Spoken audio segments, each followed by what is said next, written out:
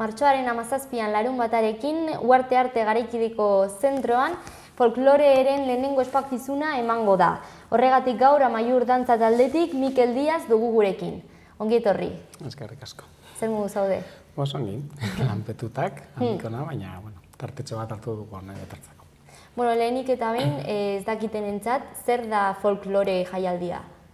Folklore jaialdia jaio zen gurea, hasi ginelako beste dantza talde batzuekin elkartrukeak izaten, ez? Amaiur jaio zenean ez zituen ekitaldia handirik, orduan bidaiatzeko eta ateratzeko modua bazen beste dantza taldeekin elkartruke bat egitearen arrazoia edo. Eta, hasi ginelarik, gero eta jende gehiago joan ginen ezagutzen, eta orduan denak ekartzen genituen egun zehatz batean. Eta, hasiera batean bazinen inauteria, beste gero deitu genuen 12 orde euskaraz, eta azkenean folklore izena ezarri genion. Dantzariendako egun bat, orduan? Hoixe. Dantzariendako eta bidean aurkitzen genituen lagunak elkartzeko egun bat. Batzu egia da gehienak dantzari talde txikiak zirela, bere garaian Amaiur dantzari talde txikia izaten baitzen batez ere, baina zitzen joan ginenean ere, dantza talde handiak ere ekartzen hasi ginen, eta baita ere fanfarreak edo zanpan joaldun taldeak, edo orduan, egun osoa betetzen genuen jende ezberdinekin. Batez ere bidean aurkitzen genituen gure lagun guztiekin, ez? Eta denborarekin, pixka bat ere urrutirago joaten ginenez, ere hasi ginen nazioartetik jendea ekartzen. Orain dela, 20 urte baino gehiago hasi zineten, ez? Bai, ez dugu hola izena eta aldatuz joan zenez, ez dugu data zehatza, baina bai. 96tik Amaiurari da horretan lanean, eta, zehaz mehatz folkloren noiz hasi zen, ez dakigu, ez dakigu jartzen datarik.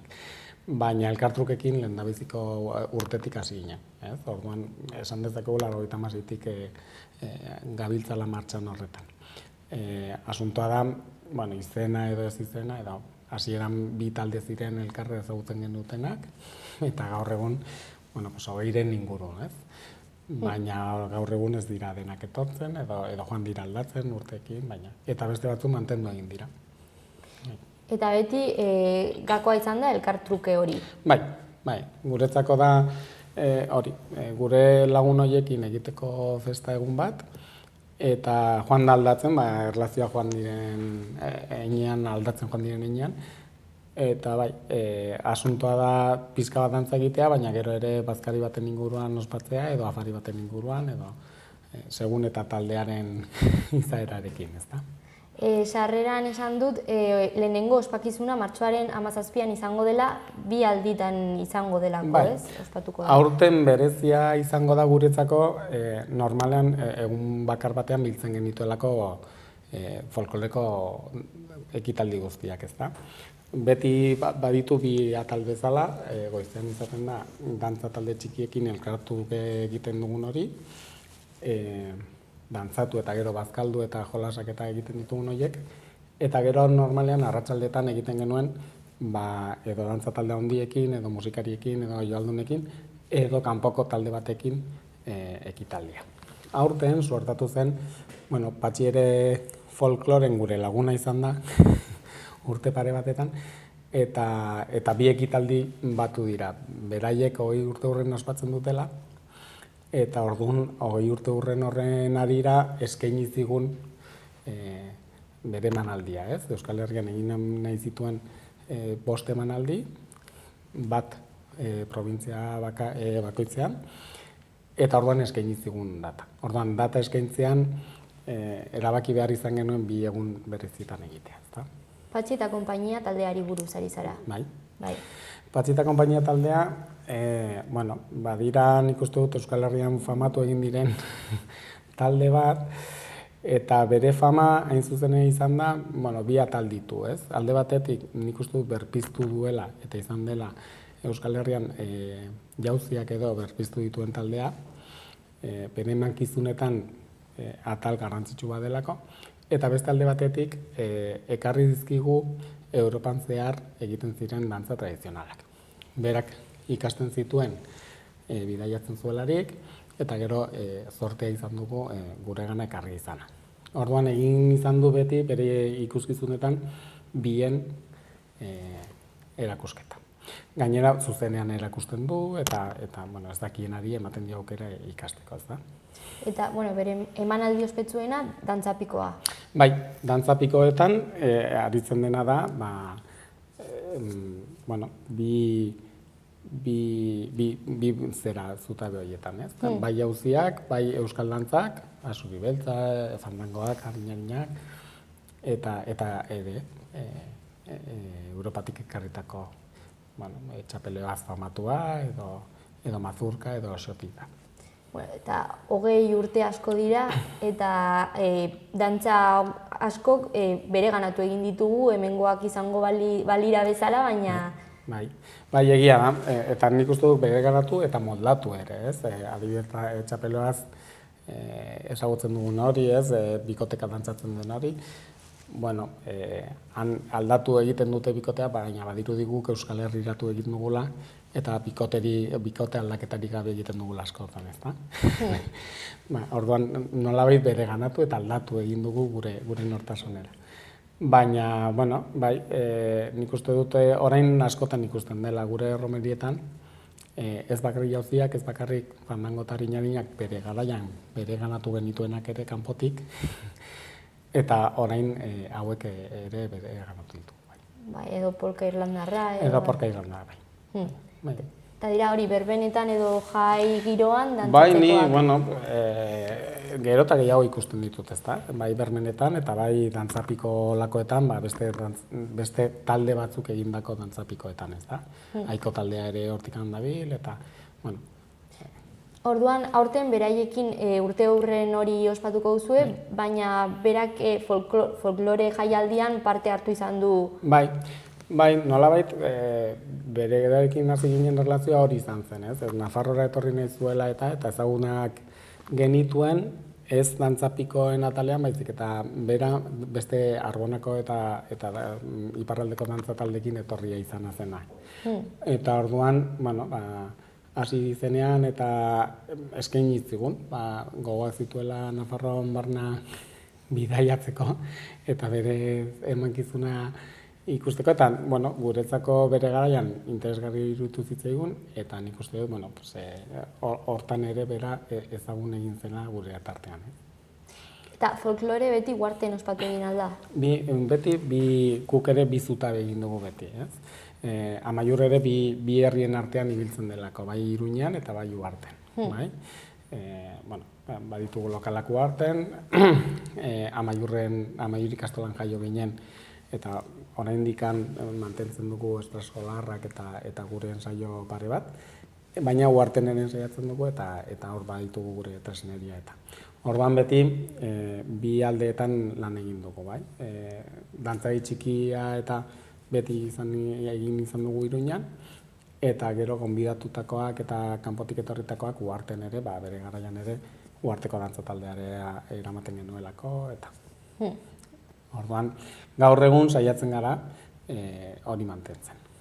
Bueno, esan dugun moduan urte asko daramazue eta finkatuta dagoen ekitaldi bat alda, beti jende berbera gerturatzen alda edo...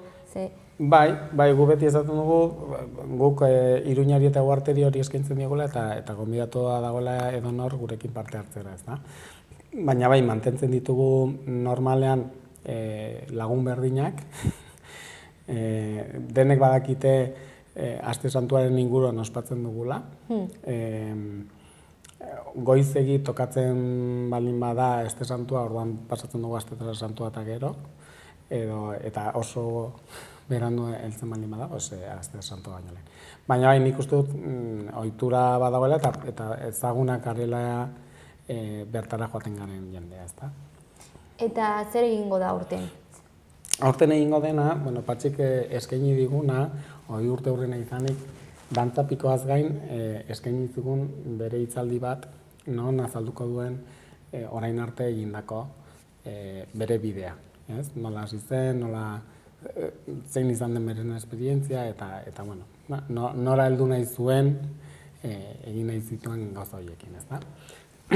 Gero berarekin ekartzen ditu 3 irakasle, Europako alde ezberdinetakoa, Bordeletik ekartzen da Marilyn Simon, mazurka dantza erakustera, bai? Frantzia erditik etortzen da burre dantza erakustera Casimir, eta Daniela Mandrile etortzen da Ostiatianatik, Italiako aran batetik, Korinta dantza erakustera. Badira, 3 dantza berak bere ikuskizunetan erakusten edo praktikatzen dituena, baina kasu honetan nahiago izan du irakasle hauekin kontatzea. Berak esaten zidanez, berak ematen du oinarrizko pausoak, baina 3 dantza horiek badituzte zabaloa izan daitekeen beste pauso batzuk, eta orduan gustatzen zaio hori ekartzea. Eta gero hitzaldia eta gero orduan 3 monitore hauek ikastarotxo bat emango dute, ordu eta erdikoa, eta horien ondoren etorriko dira iparraldetik musika eskola batean aditzen diren gaztetxo batzuk, jauziak eta joko dituztenak, eta da bukatzeko dantzapikoa. Orduan, egun osoko bai, egitaragoa. arratzalde osoa, arratzaldeko 6etan hasiko gara, eta berandu arte mugituko gara, atsedenik gabe, bata bestearen atzetik. Berak, martxoan zehar, emanaldiak emango folklorerekin egiten duen moduan, Hego Euskal Herrian, ez? Bai,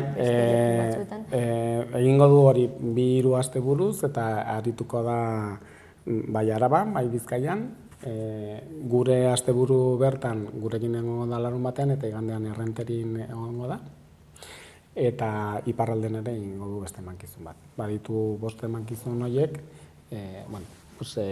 egitura berdinarekin eta leku ezberdinetan. Hau izango da orduan Nafarroako hitzordua. Hoixe da, bai.